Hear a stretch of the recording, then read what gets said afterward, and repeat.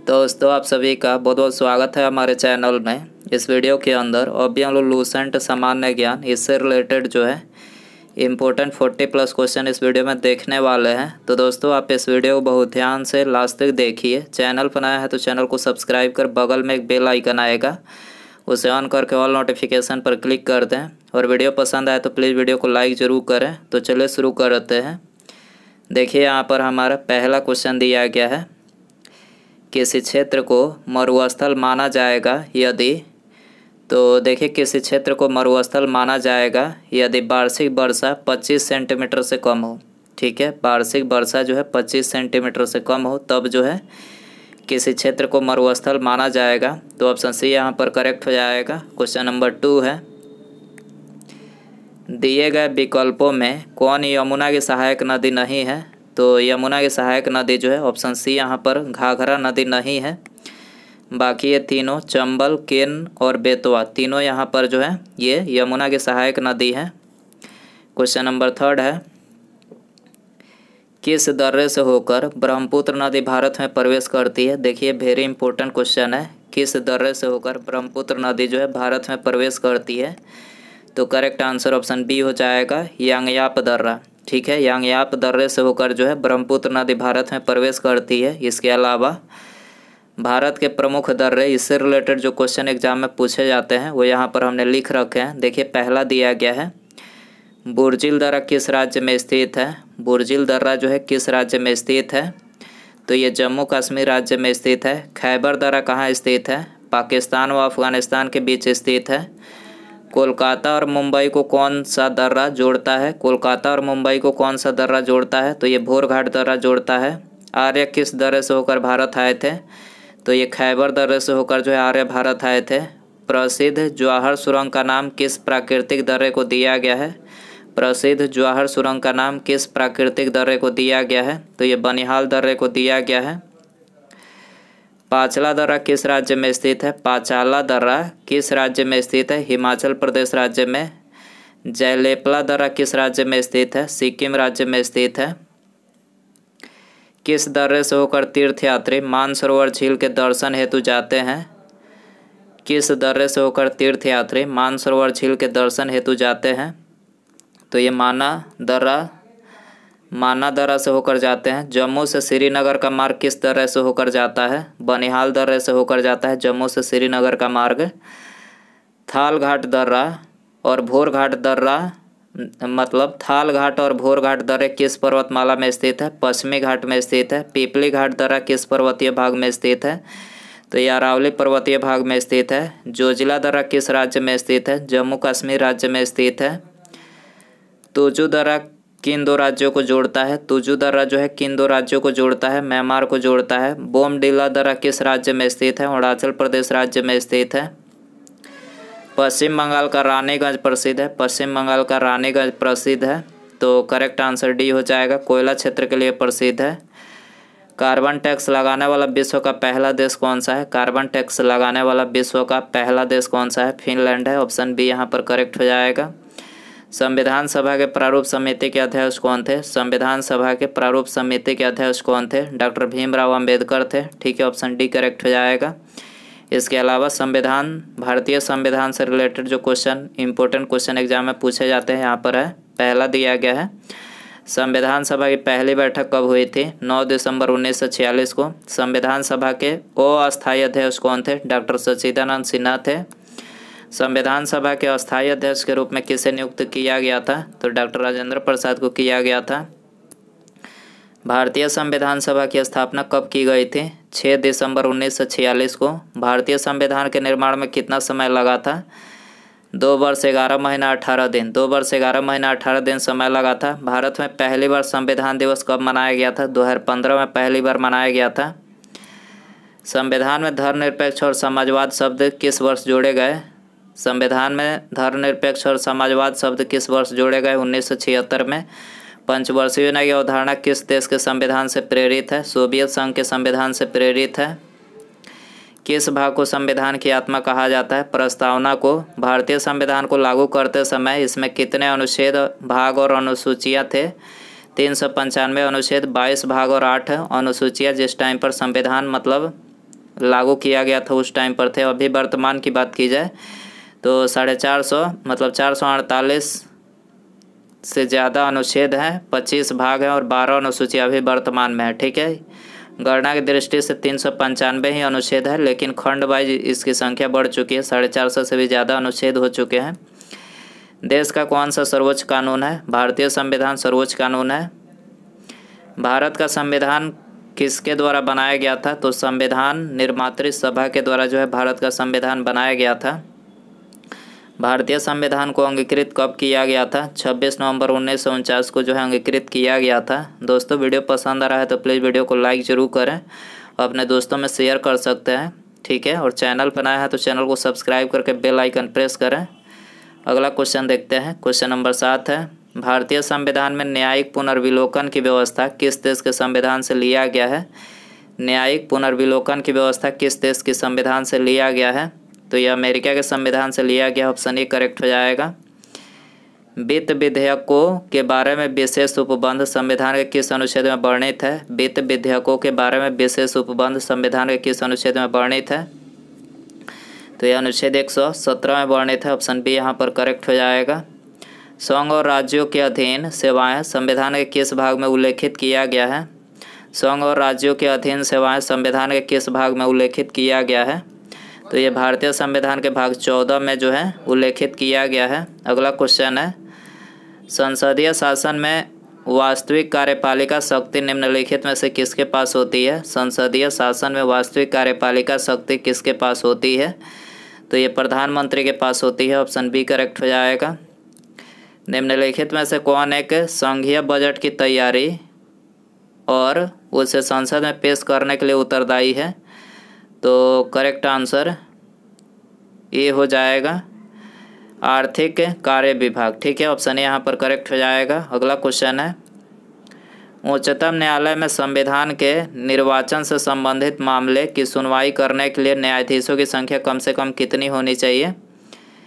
तो उच्चतम न्यायालय में संविधान के निर्वाचन से संबंधित मामलों की सुनवाई करने के लिए न्यायाधीशों की कम से कम जो संख्या होनी चाहिए वो 5 होनी चाहिए। ठीक है, ऑप्शन ए करेक्ट हो जाएगा। विजयनगर आने वाला प्रमुख विदेशी यात्री डोमिंग पायस किसके शासनकाल में भारत आया? डोमिंग पायस किसके शासनकाल में भारत आया था? तो ये आया था कृष्णदेव राय के समय में। ठीक है, ऑप्शन डी करेक्ट हो जाएगा। वैदिक सभ्यता में आर्यों की प्रशासनिक इकाई को कितने भागों में बांटा गया था? वैदिक सभ्यता में आर्यों की प्रशासनिक इकाई को कितने भागों में बांटा गया था? तो ये 5 भागों में बांटा गया था। ठीक है, ऑप्शन बी करेक्ट हो जाएगा। अगला क्वेश्चन है, सिंधु घाटी सभ्यता का सबसे बड़ा स्थल कौन है? सिंधु घाटी सभ्यता का सबसे बड़ा स्थल कौन सा है? मोहनजोदड़ो है। ठीक है, ऑप्शन बी करेक्ट हो जाएगा। ऋग्वैदिक कालीन नदियों में सदानीरा किस नदी का प्राचीन नाम है? ऋग्वैदिक कालीन नदियों में सदानीरा किस नदी का प्राचीन नाम है? तो ये गंडक का प्राचीन नाम है, ऑप्शन डी करेक्ट हो जाएगा। महात्मा बुद्ध ने सर्वाधिक उपदेश कहाँ दिए थे? महात्मा बुद्ध ने सर्वाधिक उपदेश कहाँ दिए थे? शरावस्ती में दिए थे, ये आंसर हो जाएगा। किस स्थान पर साइमन विरोधी जुलूस का नेतृत्व करते हुए लाला लाजपत राय पुलिस द्वारा लाठीचार्ज में घायल हुए थे? तो ये हुए थे लाहौर में। ठीक है, लाहौर में जो है साइमन विरोधी जुलूस का नेतृत्व करते हुए लाला लाजपत राय जो है पुलिस के द्वारा जो है लाठीचार्ज से घायल हुए थे। याद रखना है आपको। किसका दूध पीने से दिमाग तेज होता है? वेरी इंपॉर्टेंट क्वेश्चन है, आप सभी को पता होना चाहिए। किसका दूध पीने से दिमाग तेज होता है? तो गाय का दूध पीने से जो है दिमाग तेज होता है, याद रखना है, सी आंसर हो जाएगा। ठीक है, अगला क्वेश्चन है, भारत का सबसे बड़ा अस्पताल कहाँ बना है? भारत का सबसे बड़ा अस्पताल एम्स नई दिल्ली, याद रखना है, एम्स नई दिल्ली। एम्स की फुल फॉर्म पूछा जाए तो all India institute of medical science, याद रखना है, all India institute of medical science जो एम्स की फुल फॉर्म होती है। अगला क्वेश्चन है, अपने अक्षीय संबोधन के समय किसने हिंदी भाषा के लिए रोमन लिपि लागू करने की वकालत किया था? अपने अध्यक्षीय संबोधन के समय किसने हिंदी भाषा के लिए रोमन लिपि लागू करने की वकालत किया था? किसने किया था? सुभाष चंद्र बोस ने। ठीक है, आंसर हो जाएगा सी। अगला क्वेश्चन है, अखिल भारतीय मुस्लिम लीग के गठन का प्रस्ताव किसने दिया था? अखिल भारतीय मुस्लिम लीग के गठन का प्रस्ताव किसने दिया था? सलीमुल्लाह खान ने दिया था। ठीक है, ऑप्शन बी करेक्ट हो जाएगा। प्रकाश संश्लेषण प्रक्रम द्वारा पौधे कार्बोहाइड्रेट का संश्लेषण करते हैं। यह कार्बोहाइड्रेट निम्न में से किससे मिलकर बना होता है? तो देखिए ये ऑक्सीजन, कार्बन और हाइड्रोजन से मिलकर बना होता है। ठीक है, डी आंसर हो जाएगा। निम्नलिखित में से कौन पादप हार्मोन नहीं है? कौन पादप हार्मोन नहीं है?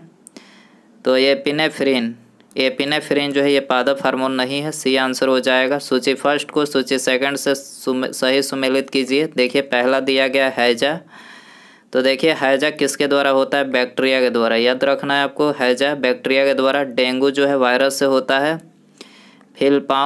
फिलपाँव जो है ये कृमि से होता है। और मलेरिया प्रोटोजोआ से। याद रखना है आप, सुमेलित इस तरह से देख सकते हैं। अगला क्वेश्चन है, निम्नलिखित में से कौन आनुवांशिक रोग है? Very important question. आनुवांशिक रोग इनमें से कौन सा है?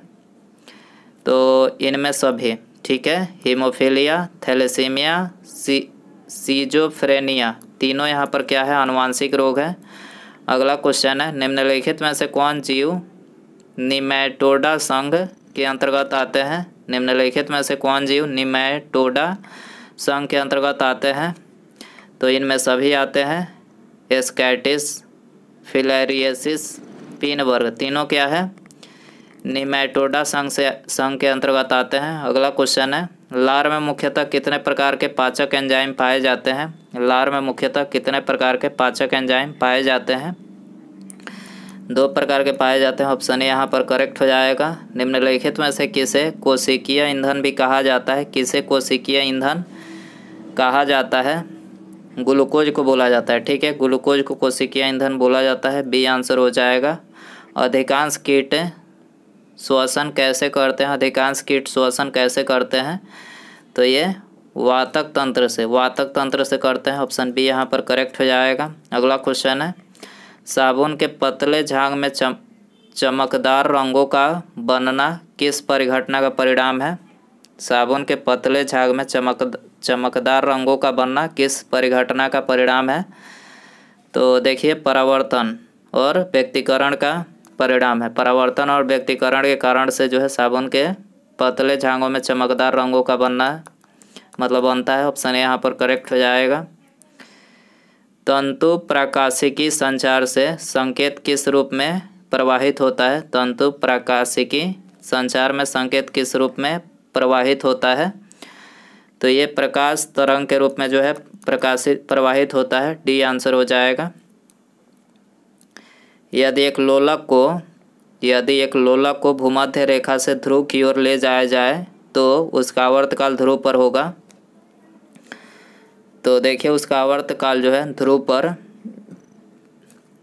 न्यूनतम होगा। ऑप्शन बी यहाँ पर करेक्ट हो जाएगा।